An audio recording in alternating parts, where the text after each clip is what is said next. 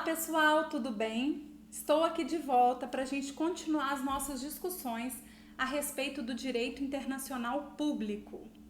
E na aula de hoje, a segunda aula das nossas discussões, eu quero trabalhar com vocês uma pergunta que eu deixei na primeira aula, que está aqui nos cards se você quiser assistir e tiver perdido a primeira.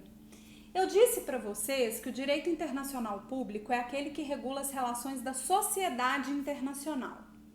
E deixei aqui uma pergunta. Será que a sociedade internacional, dizer sociedade internacional, é a mesma coisa que comunidade internacional? E é óbvio que eu não teria feito essa pergunta se a resposta não fosse não. Existe uma distinção muito grande entre os conceitos de sociedade e comunidade internacional. Por isso, inclusive, as palavras são distintas. Quando a gente pensa sobre uma comunidade, o elo que existe entre os sujeitos que compõem aquela comunidade é um elo que se estabelece no que há de comum entre eles. Tanto que as relações de comunidade, elas são cooperativas, elas são de amizade, porque elas se pautam no que a gente chama de identidade. Identidade vem de idem, daquilo que existe de comum entre aqueles sujeitos. Então, quando a gente pensa sobre as relações da comunidade internacional, essa comunidade teria relações pautadas entre sujeitos que se relacionam com base nas identidades culturais, histórico-linguísticas, econômicas, geográficas.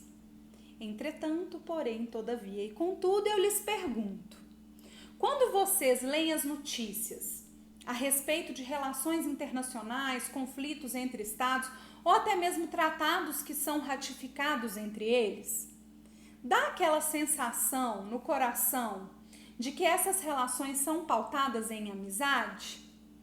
Pode até ser que alguns estados tenham algumas identidades, como por exemplo a língua, como a cultura, como alguns interesses em comum que fazem com que eles se aproximem. Mas acho que o ponto principal é perceber que por mais que possam haver elementos que aproximem os estados, a realidade das relações internacionais é de que nós não vivemos relações pautadas na identidade, ou seja, ainda não temos uma comunidade internacional. A comunidade internacional ainda é algo que nós aspiramos por isso, que as relações entre esses sujeitos de direito internacional sejam pautadas em relações de identidade.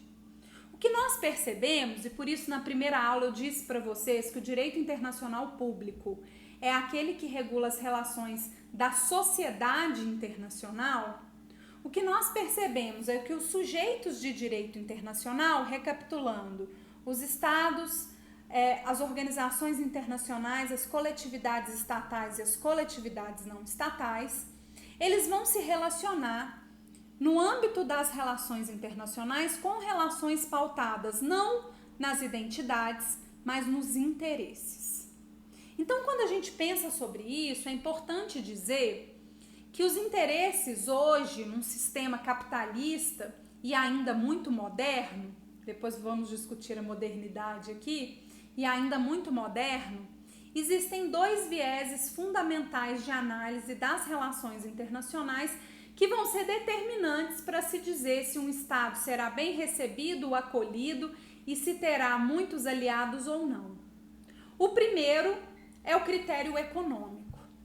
Dificilmente estados pobres que passem dificuldades serão ajudados de livre e espontânea vontade sem nenhum interesse por trás.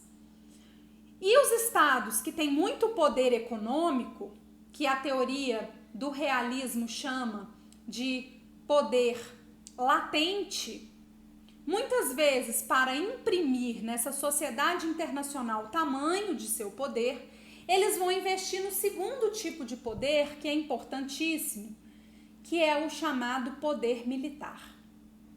Então a gente percebe que os estados mais ricos economicamente, eles impõem a sua vontade pela sua riqueza e pelo investimento que fazem econômico no poder militar. E aí, por mais que a gente tenha um ideal de direito internacional que estabeleça as relações entre essa sociedade, dizendo que todos os estados eles são iguais soberanamente nas suas relações, infelizmente, temos uma relação de sociedade internacional, que é pautada no que a gente chama de suportabilidade entre os estados e entre os sujeitos de direito internacional. Suportabilidade, suportar mesmo. Os estados vão se relacionar e os sujeitos muito mais num sentido de interesse e de aceitação, mais ou menos, de tolerância aos outros estados enquanto lhes convier ou enquanto eles não tiverem condições de impor o seu poder. Evidentemente que hoje, com a publicização dessas relações e a facilidade da gente ter acesso à informação e o fato do próprio direito internacional estabelecer que a guerra não é uma forma legítima de solução de controvérsias, por mais que a gente perceba essa tensão de interesse da sociedade internacional, o direito internacional consegue, de alguma forma, diminuir as relações de guerra entre os estados e os conflitos de fato que possam acontecer entre os estados. Totalmente? Não. A gente tem várias circunstâncias de conflitos constantes que existem entre sujeitos de direito internacional.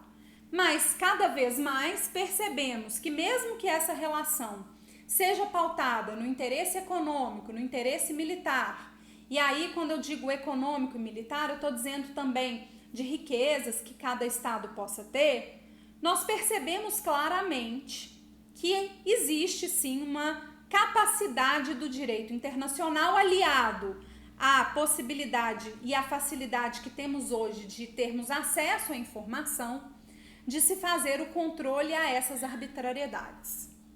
Outro fator importante é o fato de que muitos estados já se submetem a vários tribunais internacionais, porque assim quiseram, eu vou explicar isso para frente, e também fazem parte de organizações internacionais que têm mecanismos de soluções de controvérsia. Então, por isso, a gente vai perceber claramente que há sim uma possibilidade de diminuir essa relação de tensão constante em função da capacidade do direito internacional tentar diminuir os conflitos entre os estados. É 100%? Não. Muito do que nós percebemos dessas relações é que elas ainda são muito tensionadas por essa relação conflituosa. Bom, na próxima aula a gente continua as nossas discussões. Agora eu vou discutir o que é a diferença do direito internacional público para o privado e as consequências das visões do que é público e do que é privado, tanto para as relações internacionais quanto para as relações de Estado. Se você gostou dessa aula, dá um like aqui para mim, por favor, e se inscreva no meu canal. Me segue também lá no Instagram, @profa.renatafurtadodebarros, para a gente poder bater mais papo, tá bom? Um beijo no coração de vocês, até a próxima aula.